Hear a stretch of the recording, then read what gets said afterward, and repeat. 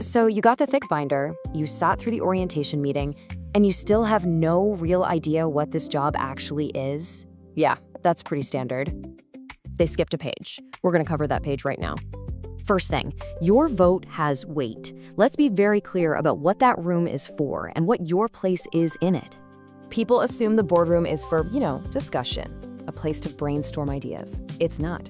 It is a decision-making body. Every single vote moves something real. We're talking about money, priorities, the future of the organization. So where do you fit in? The impulse is to just ease into it, right? Stay quiet. Let the veterans run the show. Wrong. The reality is, your vote has the exact same weight as theirs. From day one, it doesn't matter if you've been there 2 weeks or 2 decades, your vote is equal. Full stop. And that brings me to abstaining. It is not a neutral act. It is a decision. It can swing the outcome just as much as a yes or a no. You need to understand that sitting on the fence is still an action, so don't treat it like a pass. Second thing, opinion versus governance. There's a big difference between having a position and actually participating in the process. If you've already made up your mind before the meeting even starts, you aren't governing. You're just showing up to register an opinion you walked in with. It's a waste of everyone's time. Changing your mind after hearing the discussion isn't a sign of weakness. It's literally the entire point of the meeting. It means the process is working. Third, your one responsibility, you need to be crystal clear on who you actually work for. It's a term called fiduciary duty. Funny how nobody really explains it until something goes badly wrong.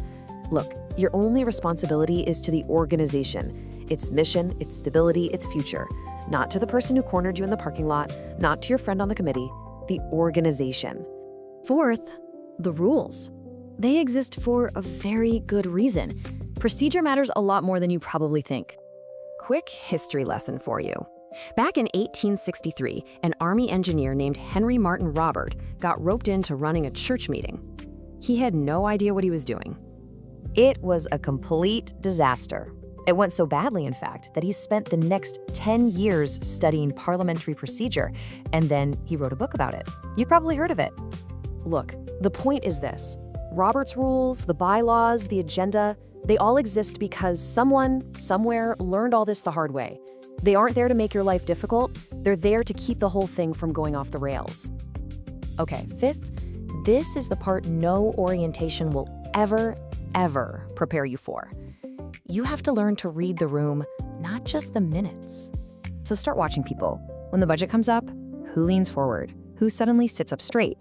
Who starts checking their phone?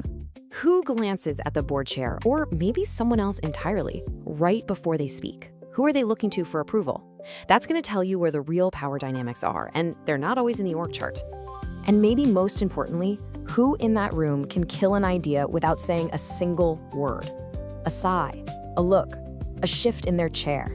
That's the informal power structure, and you need to understand it. You are going to have questions that you think sound dumb. Ask them anyway. I guarantee someone else in that room has the exact same question and is too afraid to look new. Asking it is a service to everyone. Finally, let's talk about the learning curve, because this is what really separates the effective members from everyone else. Nobody walks into that room knowing everything. The learning curve is steep, but the difference between a good board member and a bad one, it's not what they knew coming in. It's whether or not they take the job seriously. So take the job seriously.